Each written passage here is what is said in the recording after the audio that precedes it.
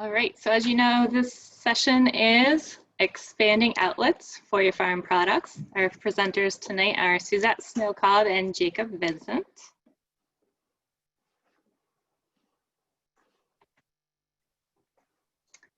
I want to thank our sponsors for tonight. We've been very lucky to have many of our sponsors continue on with us for our first ever virtual conference, and we're happy to have all of you folks here with us as well. So if you have the opportunity, please do click through to their websites and thank them for sponsoring NOFA and the summer conference. We'd like to remind you that we are presenting, attending, and hosting this workshop from land that was managed and inhabited before European colonization.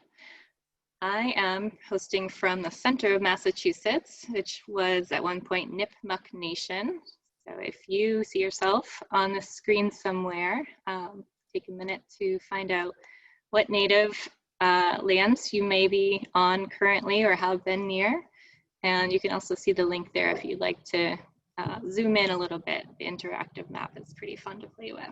Thanks everyone for being here tonight. This not quite so sweltering hot day for us.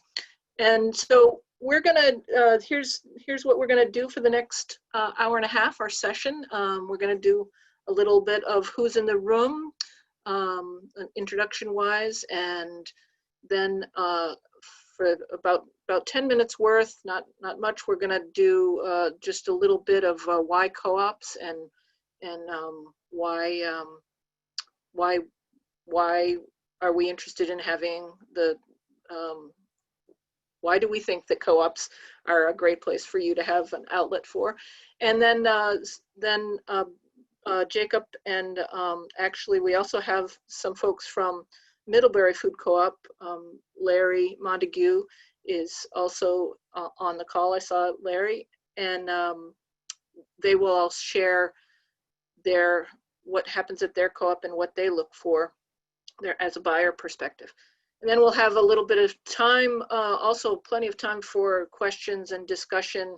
What you know, if we didn't touch on something that you're particularly interested in, we'll have time there. So onward, let's see. So I am the sourcing coordinator for the Neighboring Food Co-op Association, and NFCA is a federation of food co-ops that are 40 co-ops, both already established co-ops in the Northeast and startups. And I've worked for NFCA for a couple of years now. And prior to that, I worked for a couple of decades for Franklin Community Co-op. That's Greenfields Market and McCusker's Market in Massachusetts. And in 2013, I completed my master's in management of co-ops and credit unions through St. Mary's University in Halifax, Nova Scotia. It was an online program. And so I am deeply committed to helping promote and work towards a cooperative economy, a sustainable one, but also a cooperative one. So that's where I'm coming from. And Jacob, why don't you go ahead? Sure. Hey everyone. So I am the merchandising manager for the Hanover Co-op food stores. We have 4 retail locations plus 2 auto service centers and a commercial kitchen in the Upper Valley, Connecticut River Valley. So Hanover, New Hampshire, Lebanon, New Hampshire, White River Junction, Vermont. And I've been with the co-op since 2003. And I'm not sure where the time has gone, but it goes by fast, that's for sure. And, you know, really, I started working at the co-op right out of college. I was a music major, believe it or not. And like many musicians, I needed a job. And I found the co-op and I found it an awesome place to grow my career as well as run my family outside of the co-op. It's been a great company to work for. I oversee a team of 11 people, and as the co-op has grown, so has its administrative needs.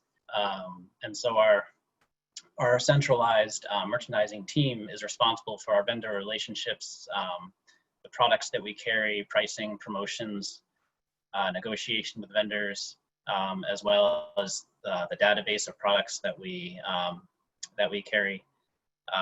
We have a database of over 50,000 products. We have about 25 to 30,000 active products that we're selling. We work with over 300 vendors from New Hampshire and Vermont, and many others from Greater New England, Maine, New York, Massachusetts. And that is who I am. Thanks. Great. Yeah. So I can't see the count anymore, but it looks like there was like maybe 9 people on so Yep, far. we're at 9 so far. We're at 9. So we have enough time. I'd love to hear a little, have people introduce themselves so that we know who's in the room, so to speak. And if you are currently a grower or a producer, if you could tell us that, and where you're zooming from, and if you want to share also your favorite summer food, and also I guess Larry, I think I'll call on you first, because Larry, I know is a buyer for Middlebury Food Co-op. So, and he's gonna, if you could introduce yourself, and then we can go through. I think I can see each person. I can call on you, and you can tell us a little bit about where you're coming from. Is my microphone working okay? Yes. Oh, great. All right. So yeah, I'm Larry Montague, and I work at the Middlebury Natural Foods Co-op. I'm a buyer in the bulk cheese and dairy departments in our store. They're all one conglomerate department. I've been here for 3 years. I've been in this role for less than a year. A few months of which has been the pandemic mode of operations, which has been interesting. But yeah, it's just been a very exciting new opportunity, and working with vendors has been my absolute favorite. That we have such a plethora of farmers and producers in Vermont, but even in the greater Middlebury area. And it's been great to get to know these people. They shop in the store, and it's just a wonderful thing. So I'm happy to be here. Thank you, Suzette. You're welcome. And what's your favorite summer food? Oh, favorite summer food? Yeah. Oh, yeah. I just saw our first local corn, actually, from up in Huntington. So that's been on my mind. I'm going to buy some of that before I leave today. Excellent. Great.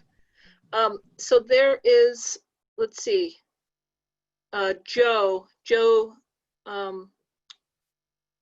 not sure your last name, Gertzit? It's pretty close. Okay. I have 2 interests, and one is because I founded a food shelf in Penfield, a suburb of Rochester, and we're located on the edge of large farms, and we now have gotten them to donate, and so we can get local food in season, not just the leftovers from the supermarkets. Also, in the food shelf area, I am growing a so-called giving garden, and I am introducing some things that usually are not donated, like garlic and leek and onions are not typical donations. I'm raising them also because the deer and the rabbits don't like the onion family, so I don't have to protect them. The other part is my wife is in a nursing home, and nursing homes have a everyday 365 days of the year need for food. So they sign up with a national company, or a company that gets food from all over. And even in the local season, they do not pick up local food. We're a great apple producer in Monroe County here in New York, and yet the apples come from Oregon or Michigan.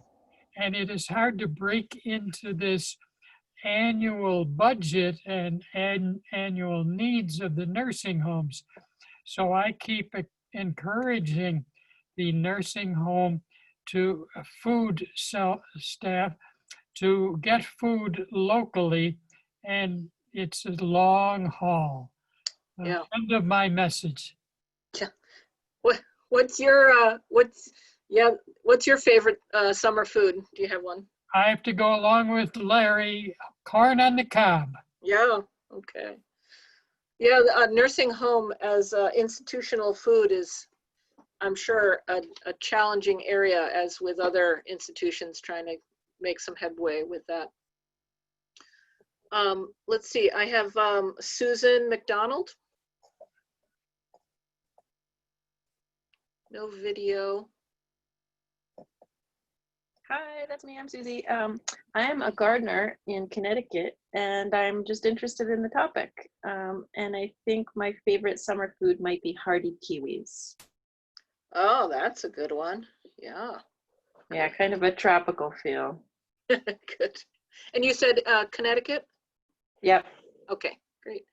And who, the person with the lovely background and NOFA Mass?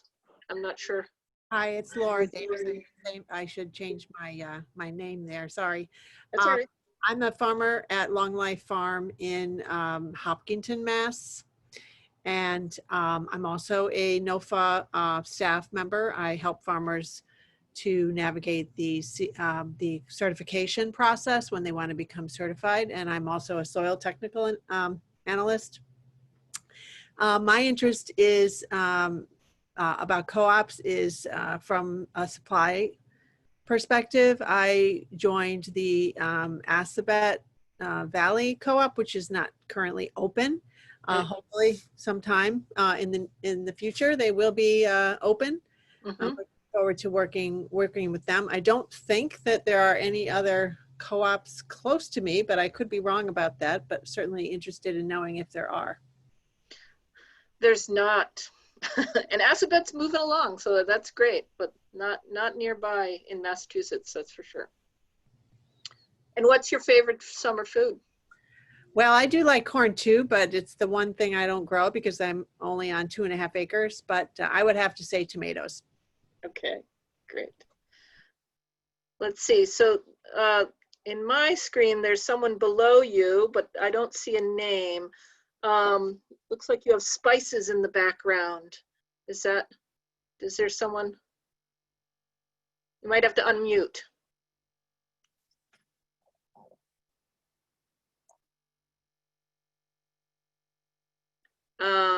Okay. Okay. Yeah, that's me. Yeah, that's spices. Okay. I'm Diane. It should say Diane there, but I am Diane. Okay, now I see and it. I live in, I live in the hill towns of Western Massachusetts. Okay. And I've only started growing in the last 2 or 3 years. So I'm fairly new at what I'm doing, and I'm doing both vegetables and I'm doing chickens, and I've started quail now. What'd you say, quail? Great. Quail, yep. And what's your favorite summer? Started quail, that's the summer. I love heirloom tomatoes. Not quite a success at doing it yet, but that's my favorite to eat. Great. Oh, good. Let's see. I'm not sure if did we catch, is there anyone else that's on the call?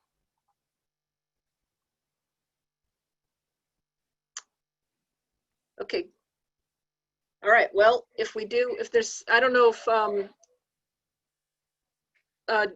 Jacob, if there's anybody else that wants to, that you could check the chat, or if anybody fills in on the chat, then that'd be great. Yep, I'll keep an eye on it. Thank you. So let's see. I think okay, yep, we got that next one. Here we are. Well, thanks everyone for letting us know where you're at, and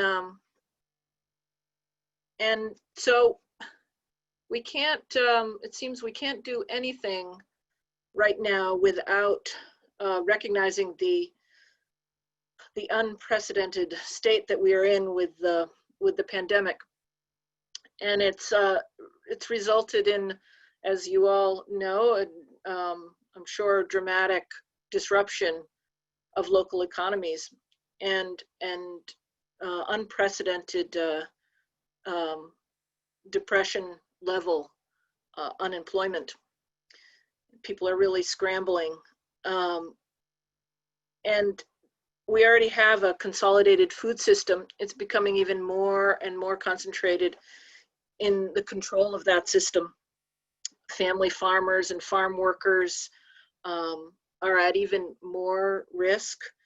The pandemic has also exposed injustices in our system that have already existed based on race and class and gender and sexual orientation, and they're being amplified by this pandemic. And so now, even more than ever, people are trying to figure out what they can do, how they can have influence, how they can survive and thrive. And we who have been involved with co-ops, we keep asking, and pointing out why co-ops? Why are co-ops important? How is the cooperative movement particularly relevant, and even more relevant at this time? And what are we trying to accomplish? What is the future we envision? And while it's sort of intensified right now, this is what we're about. It's been the same. We're doubling down on built, and we have built on local skills and assets, pooling resources, focusing on meeting needs rather than financial return, and investing in building a resilient food system. That's what our food co-ops have been about, and co-ops in general, and that's what we're going to be continuing to work on. Food co-ops pool limited resources to create an economic scale. That's what NFCA has been doing and working on. And our co-op structure allows us this pooling of small amounts of money to collectively build businesses to serve us all, something that we can't do individually by ourselves as effectively. And food co-ops work in community organizing, leveraging limited community resources for big impact. For example, the average member share in a food co-op is about $150, but the average food co-op revenue is 12 million. Now, of course, we have some that are down under $1 million and some that are way up, as in Hanover's. What's Hanover's total, Jacob? Do you? I think our annual revenue is about 70 to 80 million. 80 million, yeah. Yep. So it's Hanover's I think it's one of our largest food co-ops in our area and in the country. Yep. And together our co-ops generate, altogether the NFCA co-ops generate 347 million in shared revenue. And that's just the NFCA co-ops. Each year we ask our co-ops to give us information about their sales and other data so that we can use that and share the impact that we're having. The map that you see is, the blue dots are all of the NFCA storefronts. Some of them have multiple stores. And the green dots are where there are startups. I believe you might be able to identify which one's the Assabet one. And let's see. Okay, we're on to the next slide. So everyone can join our co-ops. We have the potential to build the most inclusive economy in if the co-op movement continues the much needed work to share power, engage and reflect and represent our communities. Our 30 member co-ops and 10 startups are locally owned by more than 150,000 people across the region. And those are memberships. Some of those memberships represent whole families, so that's even more people that are involved with our food co-ops. And they're democratically governed on the basis of one member, one vote. And so not surprisingly, co-ops are much more representative of the communities than other businesses are. We also recognize that we need to continue to work together to ensure that we are inclusive to all in our community. And that has also been a priority for our co-ops, especially in the last couple of years, working on inclusiveness. Let's see, next one.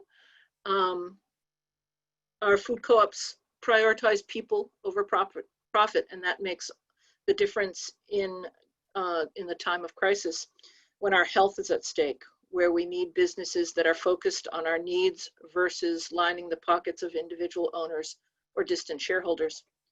The not-for-profit co-op business model puts people before profit, with resources reinvested in the community or returned to members on the basis of their use of the business, rather than how much capital they have invested. So those co-ops that have profit sharing or at the end of the year or oh my goodness. Anyway, they have for instance, if the co-op has made enough at the end of the year and is able to redistribute the profits, it's based on how much you purchased rather than how much you have invested as in traditional or corporations. So it also means you can make decisions based on what's good for the sustainability of the food system rather than increasingly extractive practices. And there's on the slide, there's a few examples of our community reinvestment. In 4.9 million distributed to members in discounts, patronage rebates, that's the word I was looking for, and donations to the community and donations to community organizations. These are just some of the examples of our co-ops contributions to community building. Because there's also employment. Our food co-ops build up good local jobs that stay in the community. And this crisis is shining a light on how co-ops are prioritizing the safety and care of their staff. Everything from making sure staff have protective equipment, pay adjustments, and flexible scheduling. The co-ops in the past, that image of the co-ops, people working for co-ops sort of being a sacrifice, is not the case of our co-ops now. Our co-ops are good employers and are interested in having long-term and being responsible employers. And let's see.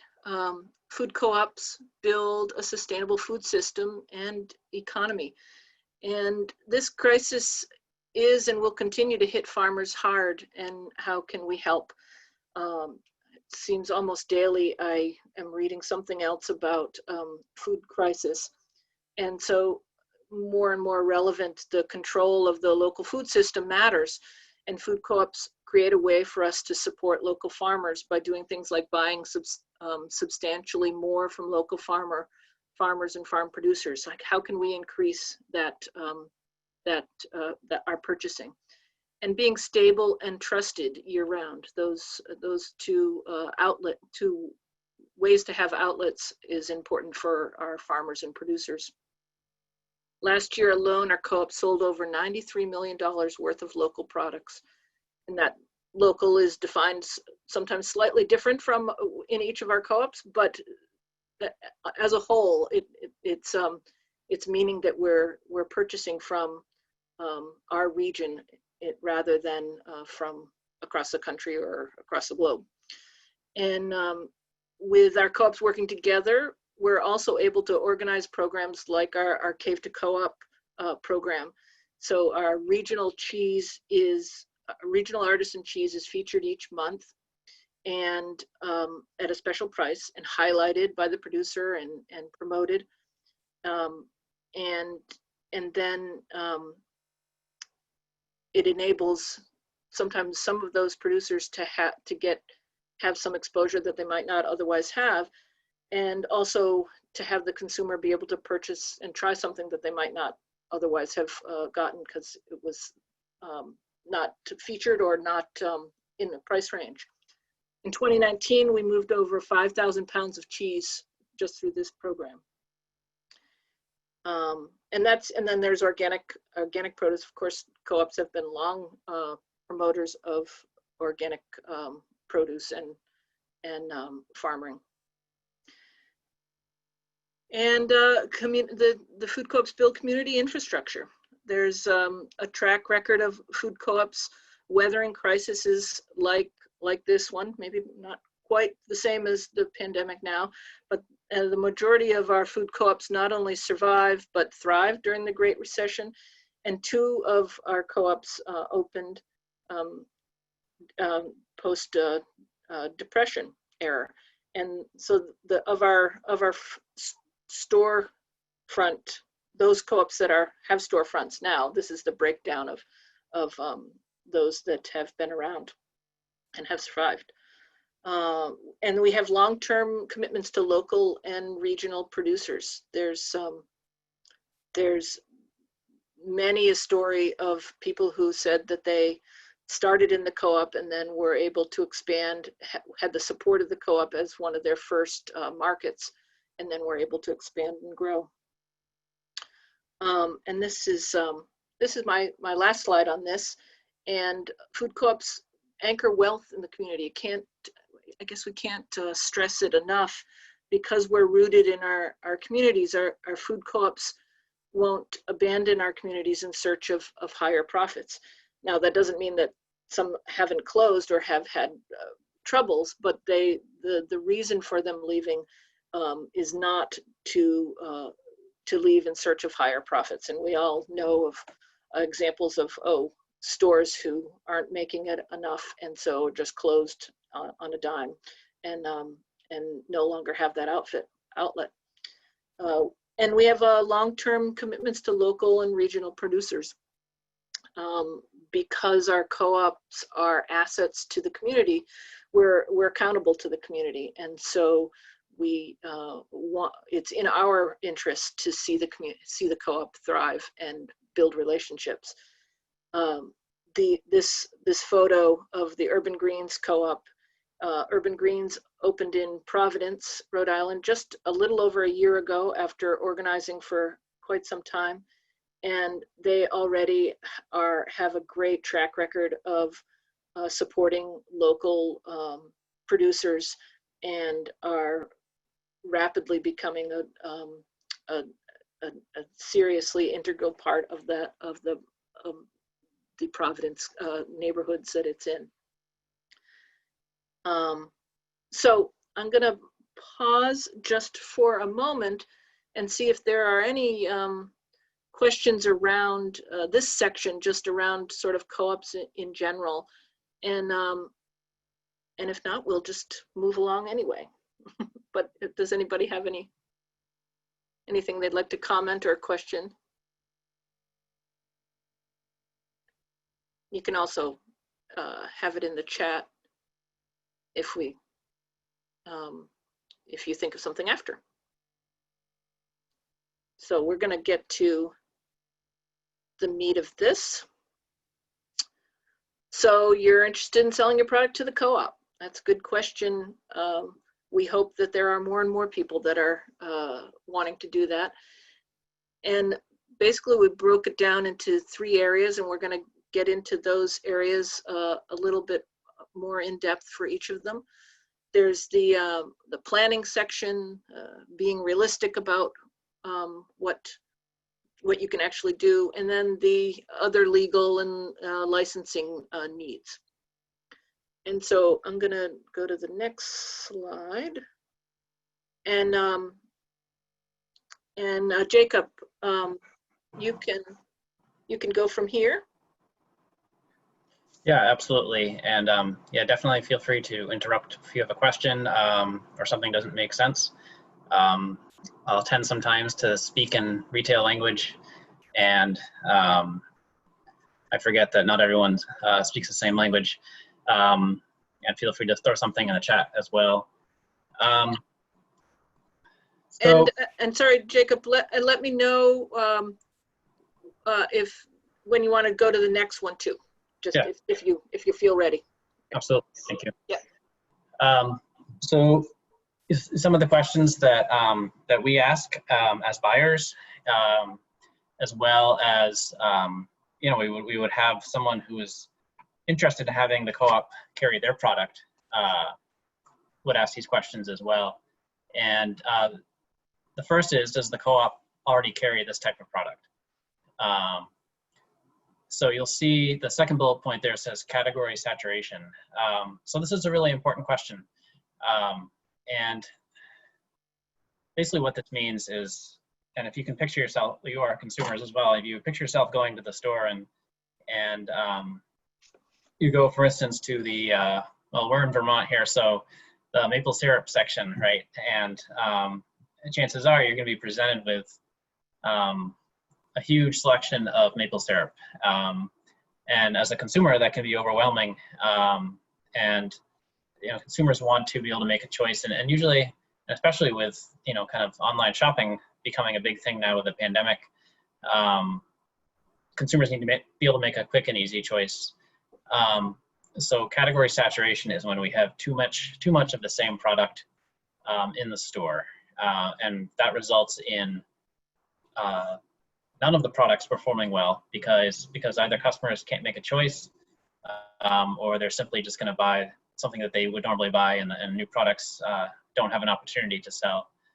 So that's really important when you are looking at a co-op, is to walk the store and see, you know, look at the product that you're producing or the product you're growing, and is the co-op already selling this, and are they selling too much of it? So as the first bullet point there says, some co-ops have lists of what they're looking for. I have seen that as an example at the City Market Onion River Co-op in Burlington, Vermont, and that's not something that we have currently at our co-op, but it is actually something we're talking about working on for the future, as well as reaching out. You know, we're interested definitely in those categories that are not saturated, where there are new opportunities to be able to offer local products. So does the co-op already carry this type of product? Is the first question. What kind of fits into that is, how is your product unique? Does it fill a gap or meet a current trend? Or is there a unique origin story? You know, co-ops in general are really big about member education and teaching their members about not just food related issues from a negative standpoint, but also the cool stories behind food, and you know, why this particular product is unique and worth considering, and sometimes worth spending a little more money to buy. So I'm trying to think about, you know, kind of what a gap might be, but see, I think I heard Diane talk about heirloom tomatoes. So, you know, co-op may be able to, they may have some growers that are, you know, they're growing grape tomatoes, they're growing, you know, typical tomatoes, but there may not be an heirloom tomato offered at that co-op, and you know, that would be an opportunity to fill a gap. And there's probably a cool story there as well. And meeting a current trend, and you know, most co-op buyers, I can certainly speak for my team, are happy to talk about the trends that we see out in the market, and how your product might fit into that. Yeah, Jacob, I wonder if at this point, if Larry, if you have any, if you thought of any gaps particular to Middlebury in areas that might be something to share too. And I'll also give a little example. I remember when there were not a whole lot of greens in the wintertime by local producers. And that was, now there's more and more people that are doing extended growing and or a greenhouse or cover. But at one point, probably, I don't know, 10 years ago or so, there wasn't really too many people in our area in Greenfield, Massachusetts, and people started doing that. That was a gap that then they were able to fill. Yeah, Larry, I'd ask you to add in anywhere that makes sense from what I've said already. Again, so I'm in bulk, cheese, and dairy. So thinking about bulk, it became clear to us when we were, responding to special orders for rice and beans and oats. We had a couple, and flour. We had a couple producers reach out and say, hey, we got local black beans. We have local rice. Little more expensive than the ones that we were getting from UNFI or other places, but it filled a huge gap, and it's something that we actively look for. Flour has been big. It's always been big in our store, but since the pandemic, it's continued right on. We sell a lot of flour by the 50-pound bag, by the 25-pound bag, and we have quite a few local producers. Thinking about cheese and dairy, we're always looking for new cheeses. I mean, there's definitely, there seems to be a lot of certain kinds of cheeses, cheddars and blues and things, but we're always up for trying new ones. And I've found in my experience that customers, they have strong connections to the products that they like, the farmers, the certain kind of cheeses. And so they're, some of our products, we move a lot more than others, but we still justify shelf space for a lot of things. And it seems to be sustained only by a small group of customers sometimes. And that's plenty enough. That's fine for us. We like to push the local products. Other gaps, we've definitely been seeing we've been hearing a lot about different milk options, not only non-dairy, but goat milks and A2 milks and cheeses. That has been something that has come up a lot. And then back to the bulk, one it seems to be oversaturated, although I don't know if you could really be oversaturated with coffee, because there seems to be so many different coffee roasters. But again, whenever we've brought in a new coffee roaster, there's a following behind it. So I keep that in mind, although sometimes I bring it to my manager and say, do we really, do we need another one of these, or will this work? And sometimes it does, and sometimes it doesn't, but again, we always like to give it a try. I had some other thoughts that I'll try to sneak in. I do have to head out at 6. I have to go cover my department, but I'll try to jump back in before that. Great, thank you. I was going to add on to Suzette's comment about winter greens. And, I think one thing that could be advantageous if you're a newer farmer and just starting out and trying to decide what you want to grow. I am by far no farming expert, but I would give this advice if you're interested in retail outlets for your product would be, before jumping into growing what you want to grow,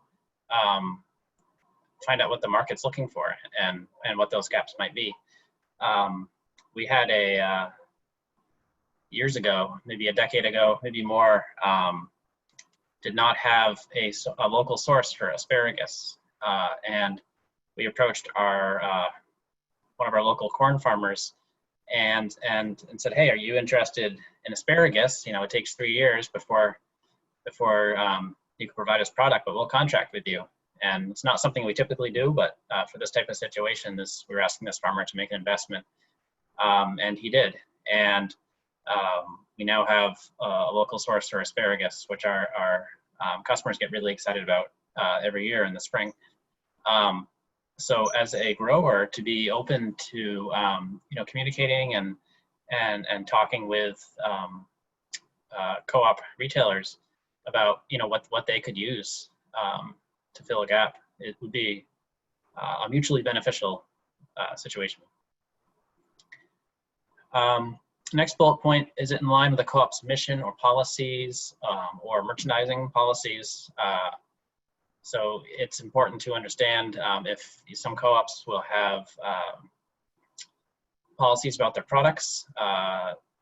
Some co-ops will, for instance, won't carry products that are genetically modified, or they will only carry organic produce.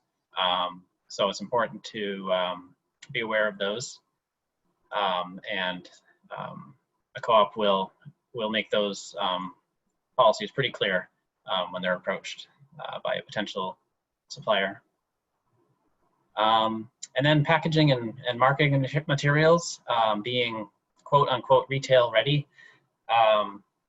So, you know, aside from you know, selling sides of beef or you know, just raw produce, vegetables or fruit, anything that's going to be packaged, or even, you know, produce that's going to go out in a bin on the shelf, needs to be retail ready. So again, you kind of need to put on your consumer eyeglasses and say, you know, if I'm shopping in a store, what do I want to see and what do I not want to see? And you know, it's really amazing how, as consumers, how packaging influences what we buy, either negatively or positively, and even just how produce looks, or how fresh the meat looks. Those are all really important things for that consumer's kind of first look. It's usually what's going to impact whether they're going to buy it or not. Does anyone have questions about anything on this slide before we hop over to the next one? Actually, I have a question if nobody else does. Sure. You had a point there about your origin story for your producers, and I wondered what opportunities co-ops provide for producers to tell their story to consumers. Yep. So we use you know, the typical outlets, social media. We have in-store monitors that rotate specific slides. We'll talk about that. We do encourage our not during the pandemic, unfortunately, but we do encourage our vendors to come and do demos at our stores. We really see increased sales and just a general excitement when our customers can meet our producers face to face, and that interaction can happen. Now, again, we haven't been able to do that since March, and don't foresee getting into that again in the near future. So typically right now it's going to be the kind of the digital outlets. You know, all co-ops have kind of different ways that they put information out there. Sometimes it's newsletters, sometimes it's social media, sometimes it's in store. A lot of co-ops, you'll see posters with pictures of their producers. Suzette, you might be able to give some other examples, but that's usually how we'll see those stories get out to consumers. Yeah. Well, I know like the Brattleboro Food Co-op and others, they feature a specific producer, local producer each time in their newsletter. And as Jacob said, like produce sections feature the farmers, and also I think having information cards that people can take, it really varies, but having that story and being able to tell their story is in whatever way the co-op does, is really important to get the message across. Yeah, people like to relate. Oh, go ahead. I was just going to piggyback on that. That's something we do here at Middlebury too. We do a producer of the week where we offer a member deal. Members get 20% off of a producer's whole line that we carry. We'll even bring in new products that we don't normally carry at that time. And that'll go in conjunction with the newsletter usually, and social media that'll have more background on the farm. It's not always local, but we have such a plethora of local producers that we can showcase those.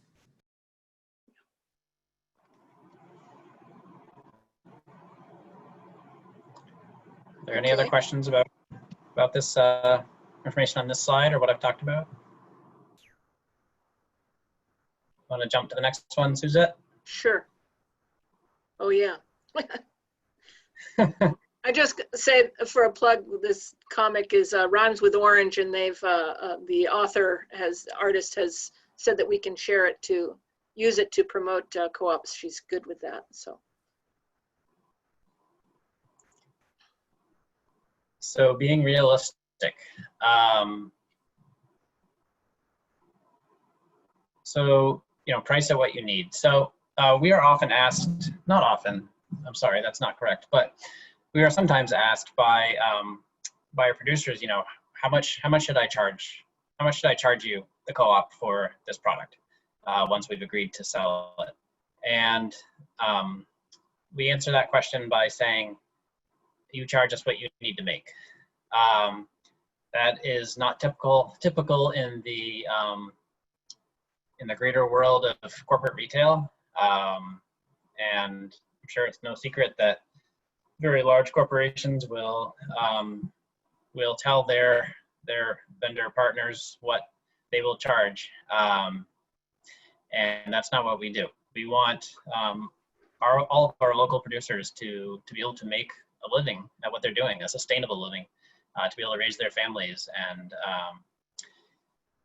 when we developed our local produce grower program many years ago, we were committing to each year to have certain farmers grow certain crops for us. And the gentleman who's no longer with our co-op, who created that program, said that he wants our farmers to be able to send their kids to college based on their careers as farmers, and selling a lot of that to the co-op.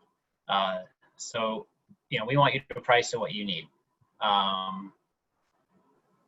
The next bullet point says that quite well. Sell for a price that supports your success and viability. Don't sell yourself short. Are you prepared to sample, which I talked about, or provide samples? And again, right now, as I mentioned, that's a little difficult. We actually had one of our local honey producers is going to be sending us prepackaged small sealed samples of honey that we can give out when customers come into the store. So just another creative way of sampling during this time. Can you work with a regional distributor? So wholesale distributors come in all shapes and sizes. Our co-op, as well as Middlebury, works with distributors who are huge national distributors. Larry mentioned UNFI, United Natural Foods. They're a nationwide distributor of natural and not so natural foods. They also have a couple partner parts of their organization that I'm not sure the word is, but that focuses on perishable products such as produce and meats and frozen and refrigerated products. And then we have regional distributors as well, many of whom do partner with farms in our region. And there are, there's advantages and disadvantages to working with a distributor. The advantages is with one delivery of your product to this distributor's warehouse, your product can land in many, many retail outlets. If you're just producing one product, sometimes it makes more sense for you and for the retailer to have that product be delivered through a distributor rather than by you directly. You see yourself making one delivery instead of 12 deliveries. Fuel is costly. It's, your time is precious, and sometimes a distributor makes sense. So that's something that we're always asking and something that we're always encouraging at our co-op. However, we also understand that that's just not possible for some producers, and sometimes doesn't make sense from our standpoint or their standpoint to work with a distributor, and local makes direct delivery makes more sense, and that's fine. One of the reasons some people will not work with a distributor is because there is, the distributor has to make a margin as well. They have to make money as well. So that distributor may ask that they usually will ask that you charge them the same price, a lower price than you would charge a retailer directly. So, if you were to sell your tomatoes to the co-op $3 a pound, a regional distributor may want $2.50 a pound, something along those lines. So that's a conversation. We have really good relationships with some of our distributors, most of our distributors, and oftentimes we've been able to pair up producers with a distributor, and they've been happy about those partnerships that have developed. Sometimes we'll start buying direct and wait for that distributor relationship to form later on.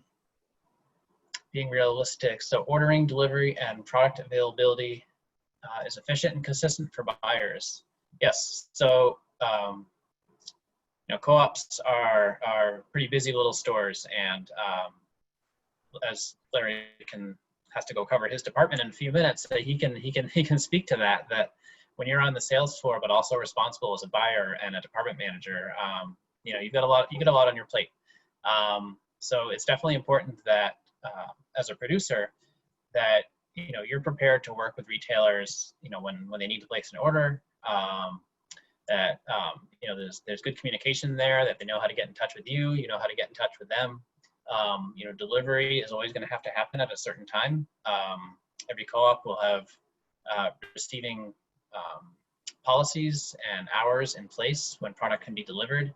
They will have kind of rules about product needs to come in the back door and not in the front door, and your product needs to be available, obviously, and some consistency there as well. So a good co-op buyer will work with you on that and make sure that you understand what our needs will be, and a good buyer will also be flexible and work with you to the best of our ability within our policies. And Larry, if you're still there, I would definitely invite you to, I think you might be gone. Yeah. Larry, you are still, I would definitely have you jump in if you have anything to add in there. Oh. There we go. Yeah, let's see. As far as samples as a buyer, it's always, being able to sample on the floor is something we did pre-pandemic, and not sure when we'll be able to do that. But even as a buyer getting new products in, it makes our department so ecstatic when we get a nice box of different cheeses or milk samples or yogurts or anything, chocolates, coffee, anything.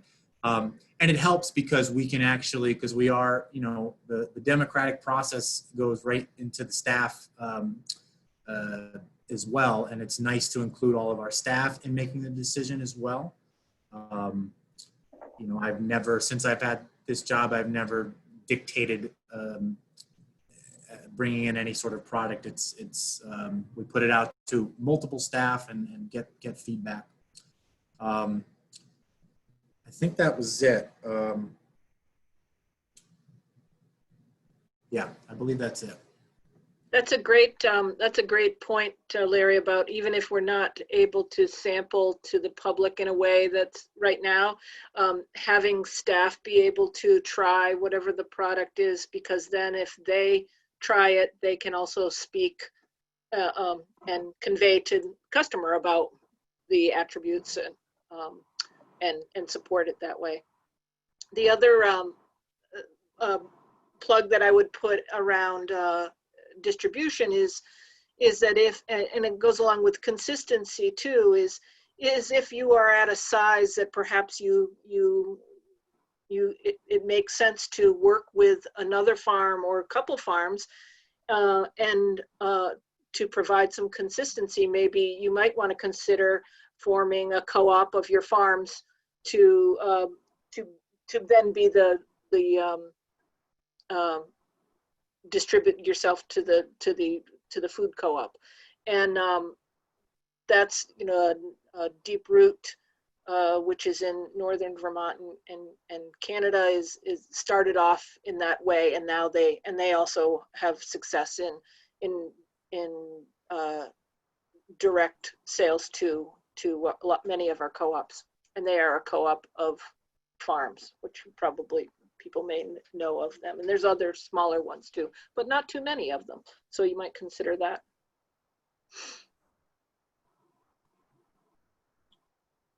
Looks like Larry just jumped off the call. Yeah, I would add on, you know, I'm glad Larry mentioned samples for our staff. So when you bring products to a co-op for consideration, you know, as part of your business as a producer or a grower, you should expect that you will be giving away some of your product, and you know, hopefully to a consumer in some type of sampling format in the future. But also you're going to need, first and foremost, but first you're going to need to give that to that product to the buyers, because they're going to need to try it. You know, a good buyer is not going to bring a product into their store without trying it first. And as Larry said, having others try it as well. And then Suzette added on to that it also is a way for our staff to be educated and to be able to talk to consumers about the product. In our produce department specifically, local or not, we expect our staff to regularly, you know, cut up the produce and try it, and especially the fruit or anything that's usually eaten raw, and see how it is. You know, you see that especially at the beginning of orange season, for instance, as you see varieties come in, we'll come up and say, yeah, nah, not quite there yet. And you know, if the customer's looking for that product, they'll know that maybe not today. Give the navel oranges another week. Let's see. Yeah, are there any questions about this slide before we move on? I have another one. Great. I'm here as a producer as well as a host. But oh, good.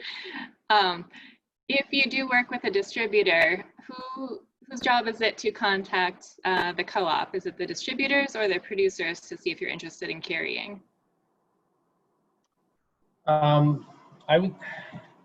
You'd say whose responsibility is it? So ultimately it is the distributor's responsibility to sell the product to us. So distributors normally have sales staff that will work with buyers, and those relationships are usually very, very strong. However, I would certainly encourage a grower, even if they are working with a distributor, to reach out to retailers and let them know that their product is out there in the marketplace. I think that's a really, really important step. You know, you got to let the distributor do their job, but you want to be a salesperson as well. So I think there's a delicate balance there. You know, no one likes someone who's really pushy and then always you know, calling every week and saying, hey, when are you bringing my product in? But you shouldn't be silent either. So I think it's finding that right balance, developing healthy relationships with retailers. And I think talking with your distributor as well and saying, hey, I'm gonna have you sell my product, but I'm going to reach out to some retailers as well, just so you know, and let them know that they can buy it from you. So I think it's a healthy balance of a three-way relationship there, and three-way communication. And it's definitely not black and white. Yeah. It also might depend it depends a little bit on how much you can do depending on the scale. If you're talking about probably if you've gotten to the point of being a distributor, then you are in probably multiple co-ops or stores, and so like as Jacob said, potentially both of those things are needed to promote it too. But if it's just yeah, anyway, I'll leave it at that. And then just a quick follow-up, who's the appropriate contact at the co-op to reach out to about carrying your products? My co-op specifically, or co-ops in general? In general. In general, yeah. So most anyone at the store can usually send you in the right direction. So there'll be different positions within the co-op. For a multi-store co-op like ourselves, you know, we ask, well, a potential vendor will often walk into the store and say, who do I talk to about selling my product to you? And we ask that they, you know, provide our website submission form and our contact form. Sometimes they'll give the names of one of our buyers on my team. You know, if you're going to walk into a store, I would say, you know, just go right up to the service desk or find a manager, and they can usually point you in the right direction. At a single store co-op like Middlebury, you know, the department manager is also the buyer.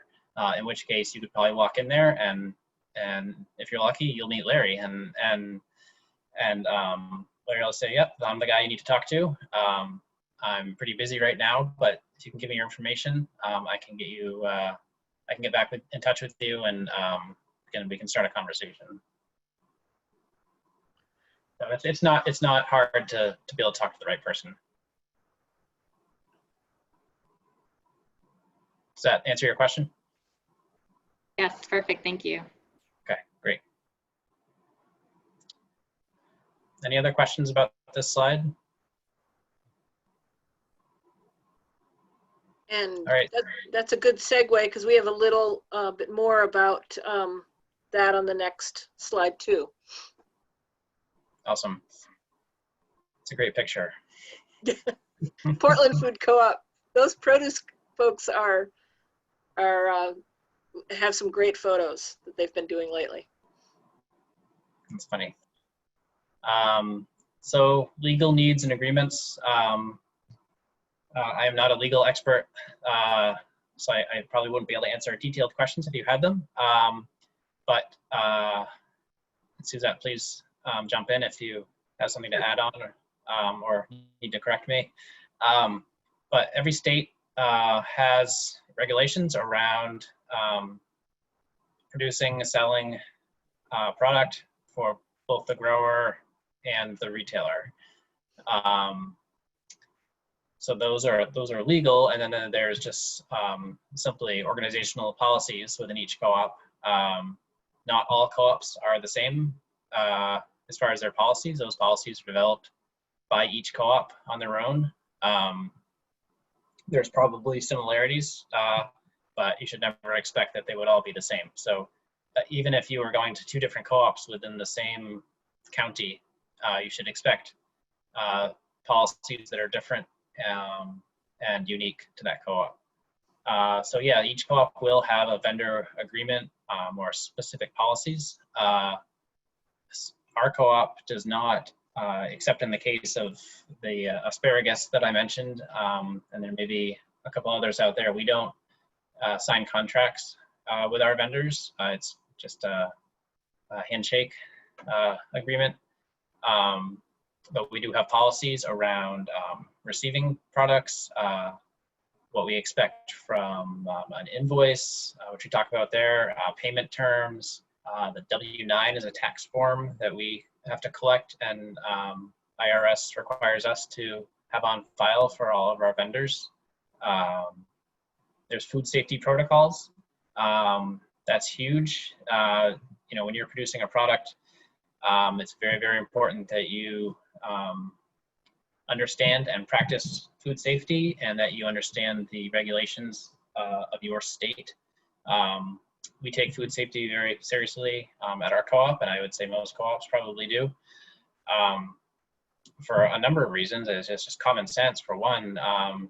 But when it comes to allergens or bacteria or whatever may be present or grow on food, you're talking an allergen, for example, can be life-threatening to someone. So that's very important. And same with bacterial growth. And we see occasional recalls. We've seen, not from local producers, actually. Usually it's from national brands. We did have one last year where a local vendor where they had a piece of equipment, new equipment that broke and ended up in the product, and they recalled the product. And but those food safety protocols, I can't I can't emphasize that more. That's really, really important to reach out and understand. And your state should have resources to point you in the right direction. Do you need licensing to grow and sell your product? Again, that's something that you need to check in with your federal, state, or local agencies about. Liability insurance. Our requirement at the co-op is that we have a liability insurance certificate on file for any vendor who is delivering their product or going to be on our property for any business reason.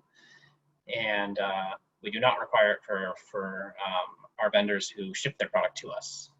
So if they're not doing any business on site, we don't need their liability insurance. And again, every co-op is going to be different in how they feel about that. So there's definitely a lot of research on the part of a vendor or grower who wants to get into the retail market or even the food service market in a bigger way. And I can't speak for all co-ops, and maybe Suzette, I could say this in general, that the co-op is not going to be the expert on your legal needs. It's really important to, if you need to go through, someone in your state, or if you have a lawyer, but I wouldn't recommend that you rely on the co-op buyer to make sure you have all your legal needs met. Would you agree with that, Suzette? Yeah, yes, definitely. And I think the other point for having this section is also to be sure to be clear with whatever co-op that you're going to be dealing with is, like, what are their payment terms? What do they need for invoicing? Do they need to have, of course, if you're an organic grower and you're certified, do they need to have certain paperwork? What are their particular needs so make sure that you ask and get clear on those things. Yeah, because there's a lot of similarities, but there might be some differences depending on the particular co-op too. They're not universal, right? Yep. For those non-legal pieces such as payment terms and invoicing, the co-op should have specific policies around that. Yeah.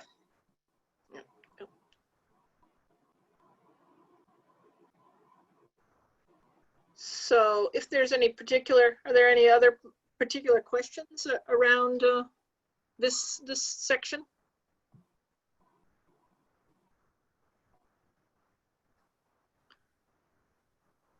And if not, that's okay. We can go.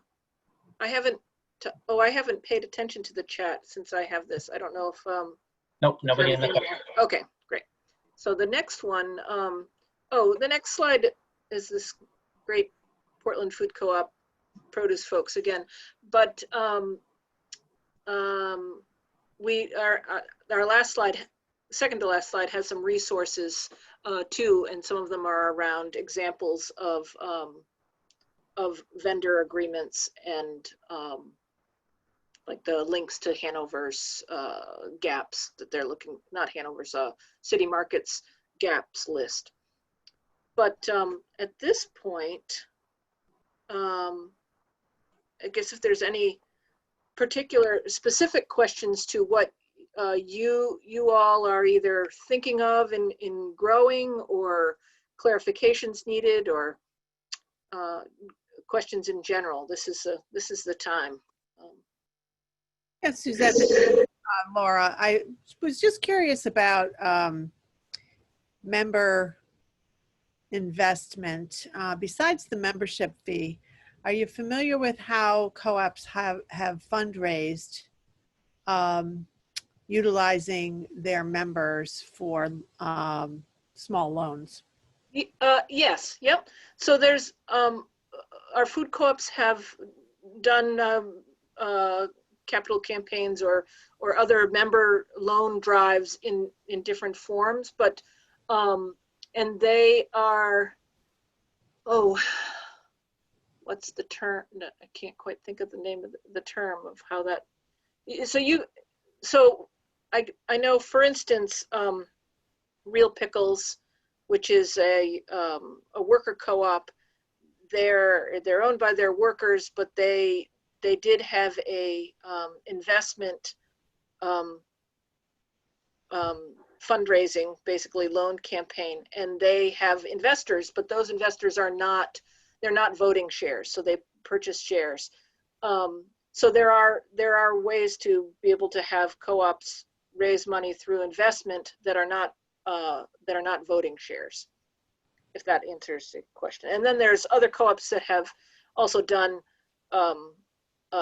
member loans that are loan agreement terms through individual members, and those, they don't have any more voting power. It's just they're putting money in, and often those are what's the term?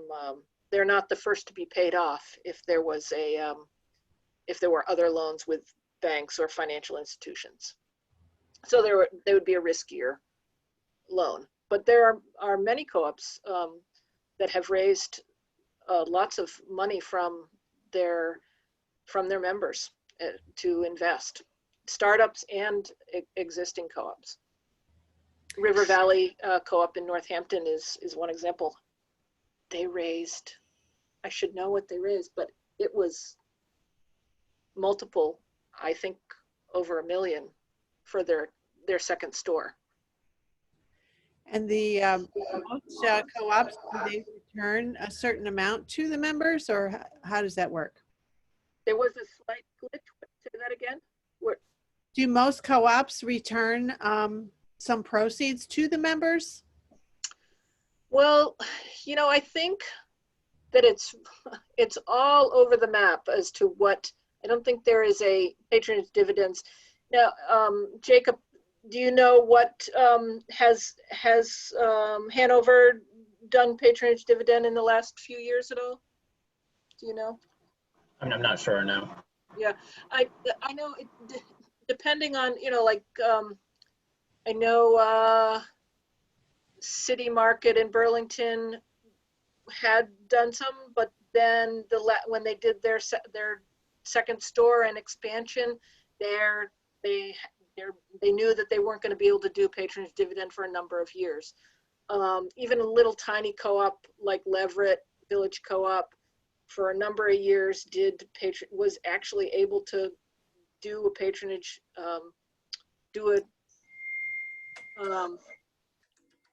wait a minute now, I might be confusing. That's not, sorry, that's wrong. They were able to, there are smaller co-ops that have been able to do patronage dividend. River Valley Co-op did a patronage dividend, and then I know with their expansion, they very likely, I don't know, it depends on the end of the year. So I guess the answer is that it's happened, although in recent years, it's been slimmer as combination of co-ops expanding and wanting to put it into their expansion, and then also slimmer profit at the end of the year, just a bit harder seen. Yeah, and I can't speak to the details for our co-op, but there is, in general, that conversation about the patronage and, you know, can we retain some of that capital for investment in the business? And, you know, things, if you run a store running a store is expensive. You know, you have all the infrastructure, coolers, and Right. and all that stuff's very expensive, and has to be maintained for your business to be successful. So there's always that kind of push and pull between patronage to the members, which you know, they're members of the co-op and they're the owners of the co-op, as well as the need to invest in the co-op with our capital, and you know, and use whatever slim profit we have to invest rather than have to take out a loan to make those capital improvements. So it's always kind of a it's a tough place, and margins in the grocery industry are Very disgusting. Yeah. For lack of a better term, it's awful. And you know, you do not make money in grocery. And you know, I'm proud to work for the co-op where we stand for more than just our margins.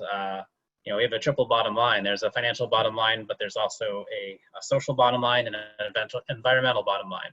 You know, and we're looking at all those pieces, which Suzette talked about in the introduction. But there's not a lot of profit to be had. So there's always that conversation of, you know, can whatever little profit we have, does it go back to the members?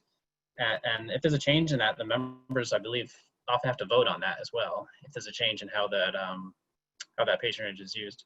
I don't know, Suzette, if that's entirely accurate, but. Well, a certain amount has to be retained, but usually it's a board vote as to how it's end up being distributed. But yeah, it's good plan. It's a combination of good planning and also volatility of market, and how if nothing major traumatic happens during the year, do you come out with even a 2% profit in the end? So it's always nice to be able to get that little bit of patronage dividend at the end of the year, but it's not a given, that's for sure. No, and I think one of the neat things that we can talk to our members about, if we're not able to give a patronage, is, you know, why are our margins so slim? And you know, Suzette, you talked about 60% of employees being full-time at these co-ops, and yeah, I think our co-op is 80% full-time, 20% part-time, which is the polar opposite of a chain store, right. who relies primarily on part-time with no benefits. Huge cost for our co-op is, I believe it's the second highest cost after actually paying for the product, is the health benefits, health insurance, retirement, everything that we give to our employees. But our employees can have a career at the co-op, and they can be paid well, and they can have these benefits that allow them to live a good life. But you don't have any profit at the end of the year. Right, exactly. Yeah. I'm going to just bring it to the next slide, just so that, and if there's any other questions, but just to have some other the resources out there, and this will be available as well. Yep. So that first link is to the Hanover Co-op, our co-op, this new vendor submission page. And this would be, if you're interested in selling to a co-op, this would be a good page to look at, just as an example of what co-ops are going to be looking for. Again, everyone's different, but at least it's a place to start in understanding what it might look like to reach out to a retailer. The second link, we mentioned City Market and Onion River Co-op. They actually have a list on their website. What's interesting, you'll see on that list, they also list the categories that are saturated, the categories they're not interested in, which I believe included granola and coffee, among other things. I mentioned as well, there's some conversations at our co-op now about, you know, looking at this type of thing next year, and maybe being a little more aggressive and reaching out and trying to fill those gap categories and provide opportunities for local producers. Suzette, you must have added this guidelines. Yeah, I did look up Fiddleheads in New London, Connecticut, has, just as an example, and you know, I haven't looked at all of our co-ops, but they have a spot basically answering the question. So you want to bring your product to the co-op? Here, fill out this form that's online, and then they also have their product buying guidelines posted, some basics that they cover to look at.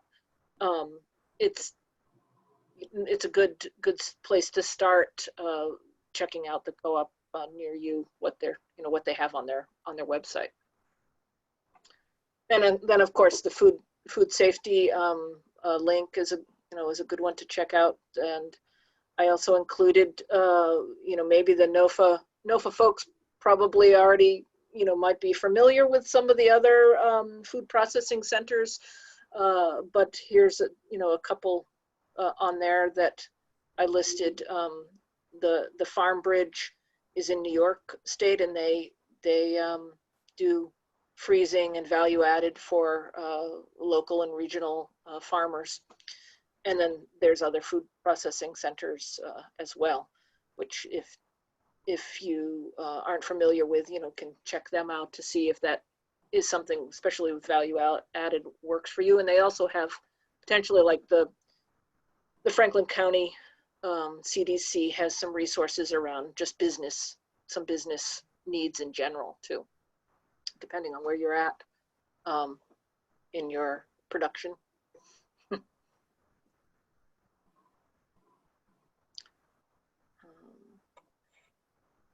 So we do have a few more minutes. If anybody has any last questions, this has been great to interact with you all. I noticed that there were a couple other people that joined. If anybody had other questions or wanted to tell us where you were from. They don't have a photo.